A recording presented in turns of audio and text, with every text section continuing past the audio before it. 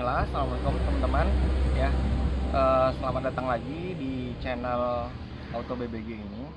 Nah, seperti yang udah saya sampaikan kemarin, di channel ini saya akan mengulas eh, tentang kendaraan berbahan bakar gas LPG terutama. Nah, mudah-mudahan video saya yang kemarin itu bisa menginspirasi teman-teman.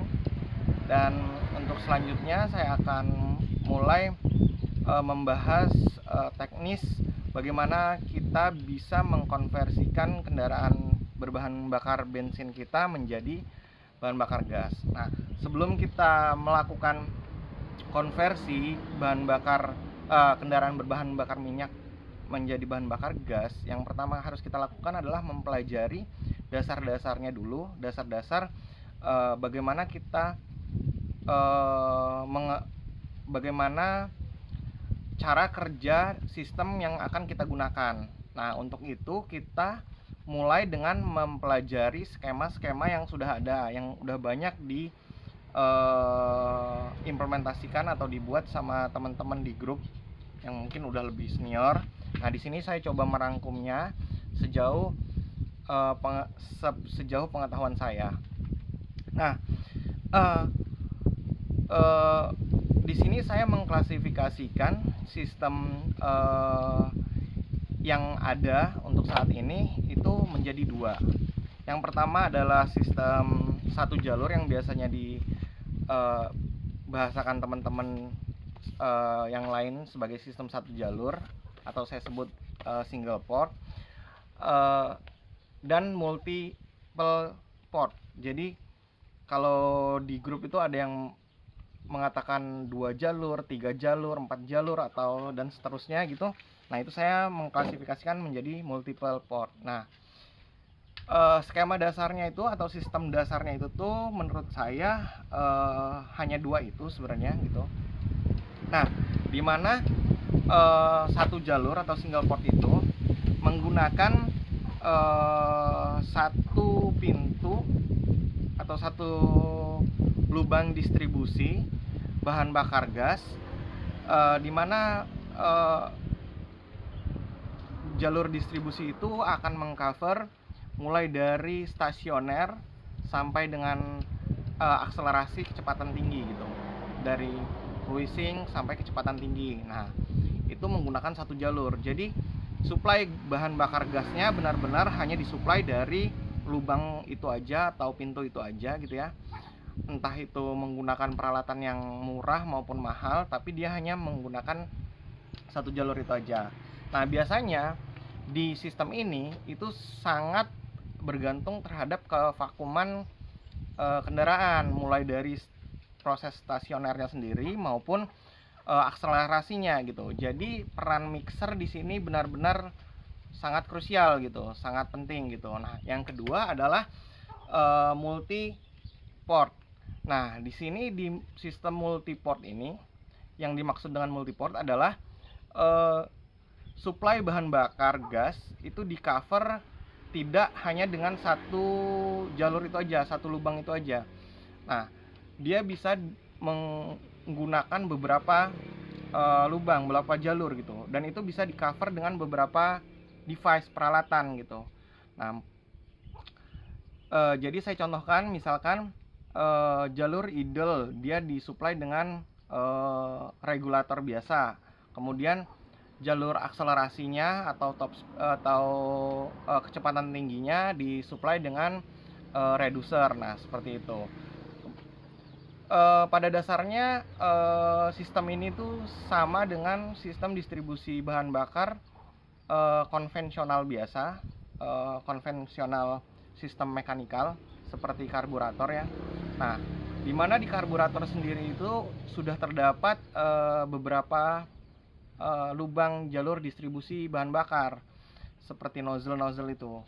Seperti yang udah kita tahu bahwa di karburator itu untuk jalur idle dia udah ada nozzle-nya sendiri, jalur kecepatan tinggi dia ada nozzle-nya sendiri, dan jalur akselerasi spontan dia sudah ada nozzle-nya sendiri. Nah, nozzle itu yang kita sebut jalur di sistem bahan bakar gas ini gitu.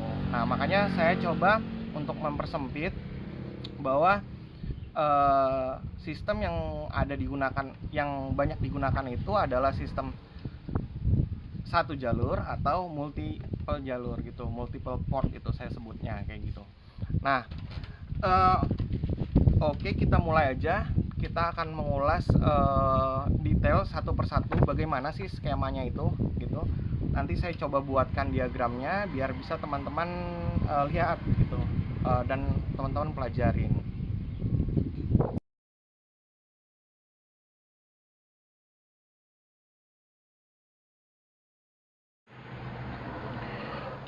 Oke teman-teman, jadi ini diagram sederhana untuk sistem satu jalur yang saya bikin. Maaf ini mungkin kalau tulisannya kurang jelas ya, tapi mudah-mudahan bisa kebaca.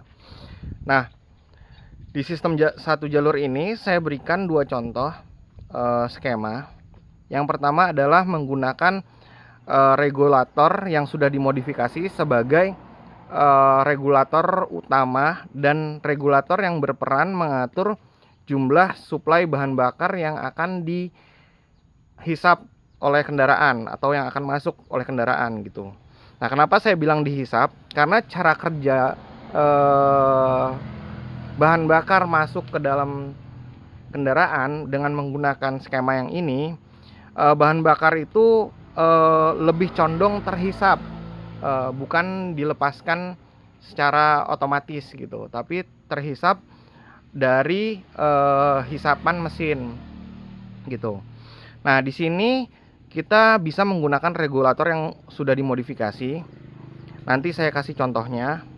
Contohnya tuh yang seperti ini ya, yang banyak dibuat. Nah, kemudian dari regulator ini langsung masuk ke mixer jalur atau jalur masuk gas menuju ruang pembakaran. Nah, di sini mixer sangat berperan penting. Kenapa? Karena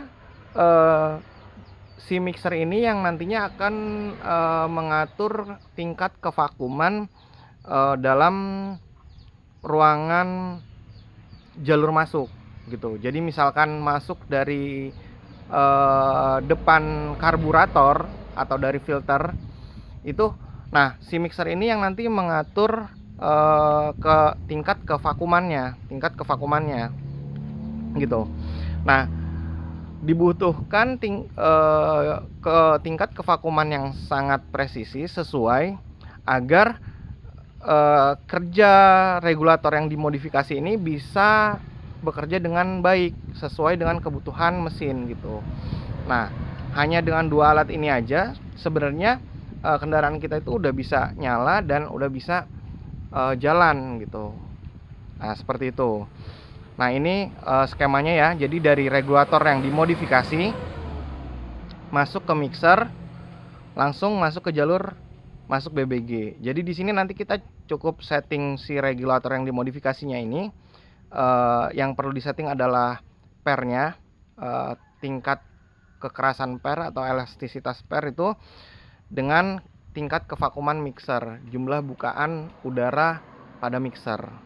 Nah, seperti itu. Nah, yang kedua di sini saya buatkan masih satu jalur juga menggunakan reducer perbedaannya. Nah, di mana nanti yang membatasi suplai bahan bakar gas yang masuk ke dalam kendaraan itu adalah si reducer ini.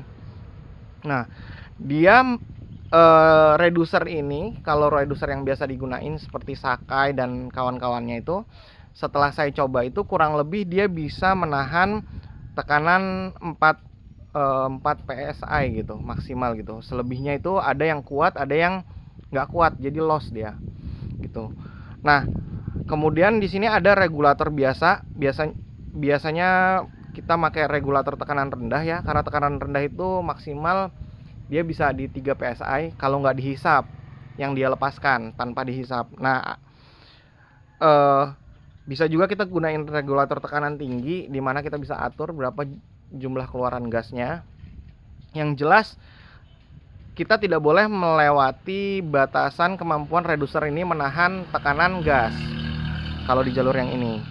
Nah, skemanya dari regulator, dari tabung gas yang kita pasangkan regulator biasa tanpa dimodifikasi, masuk ke dalam reducer, kemudian masuk ke mixer atau jalur masuk BBG. Nah, di skema ini pun mixer itu benar-benar sangat berperan penting untuk menentukan jumlah kevakuman, tingkat kevakuman di dalam ruangan mesin gitu, sehingga kendaraan itu bisa beroperasi dengan baik gitu. Dia kalau ada ketidaksesuaian sedikit aja, pasti ada kendala di kendaraan, entah itu dari idle ataupun dari akselerasinya. Sebagai contoh, seandainya dia terlalu vakum, pada saat idle nanti gas yang masuk bisa terlalu besar, mungkin bisa kita perkecil dengan kran atau sebagainya gitu ya. Nah, cuman nanti berdampak pada hisapan ketika mesin melakukan hisapan terhadap bahan bakar gitu.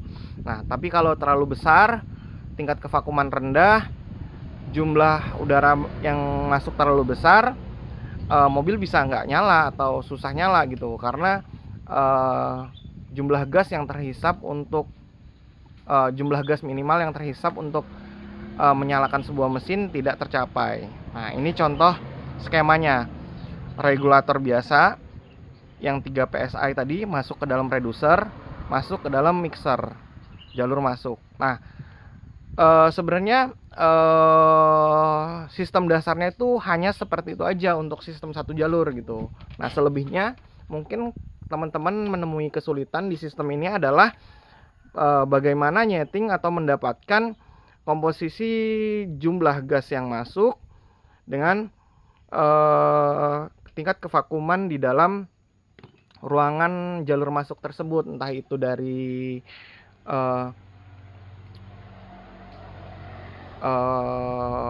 filter karbu atau lain sebagainya gitu, atau mixer itu sendiri langsung gitu. Nah gitu Oke teman-teman, ini untuk sekedar contoh ya, peralatan yang bisa kita gunakan untuk satu jalur. Ini kayak gini. Jadi ini dari ini masuk ke gas langsung. Jadi nanti kurang lebih seperti ini singkatnya, simpelnya. Si reducer ini, si regulator ini akan menyesuaikan secara otomatis berdasarkan hisapan mesin. Nah, karena itu peran mixer sangat penting. Jadi jumlah kevakuman di mixer ini harus disesuaikan gitu, harus benar-benar tepat gitu, agar kinerja kerjanya itu bisa maksimal. Nah, kenapa kok ada dimodifikasi ada per di atasnya? Nah, per di atasnya ini fungsinya untuk menyesuaikan kondisi membran di dalam. Jadi kalau membrannya itu semakin ketarik ke atas, jumlah gas itu yang keluar itu semakin sedikit. Tapi membran semakin ketarik ke bawah, jumlah gas yang dilepaskan itu semakin banyak. Makanya di sini digunakan per di atas agar bisa menyesuaikan dari hisapan mesin. Karena ketika dihisap dari sini, membran akan ketarik ke bawah sehingga jumlah gas itu keluar akan semakin banyak. Sementara per ini tugasnya menarik membran ke atas agar ketika mesin tidak menghisap, dia membran ketarik ke atas sehingga jumlah gas yang keluar semakin kecil. Nah, kurang lebih seperti itu di regulator ini gitu ya. Nah, kemudian ada yang seperti ini teman-teman. Ini menggunakan regulator dengan reducer gitu. Nah, si reducer ini menahan gas yang keluar dari regulator yang sejumlah 3 sampai 4 PSI tadi. Nah, nanti akan dilepaskan dengan jumlah sesuai dengan tingkat kevakuman mesin atau hisapan mesin juga gitu. Nah, karenanya setting mixer dan juga ini harus tepat sesuai dengan kendaraannya masing-masing. Nah, ini contoh peralatan utamanya. Sisanya itu lebih ke modifikasi tambahan. Jadi misalkan kita tambah keran atau kita tambah solenoid, kita tambah filter, itu adalah peralatan pelengkap agar kinerja kerjanya itu bisa lebih maksimal gitu. Yang dihasilkan bisa lebih maksimal. Tapi untuk kinerja intinya adalah ini regulatornya dengan mixernya seperti itu. Mudah-mudahan di video saya yang ini bisa membantu, bisa memberikan tambahan pengetahuan dan bermanfaat bagi teman-teman.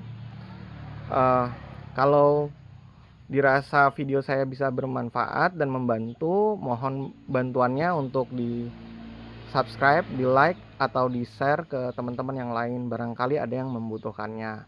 Next, di video selanjutnya insya Allah saya akan membuatkan video di sistem 2 jalur, masih dengan skemanya. Kita belum membahas bagaimana merakitnya dan bagaimana cara kerja masing-masing dari alat yang nanti akan kita gunakan. Insya Allah kalau teman-teman ngikutin terus channel ini, nanti teman-teman akan mendapatkan bagaimana cara merakitnya dari awal sampai akhirnya bisa digunakan di kendaraan teman-teman gitu. Mulai dari kit regulator sampai ke mixer, dari mixer manual sampai ke mixer elektrik insya Allah.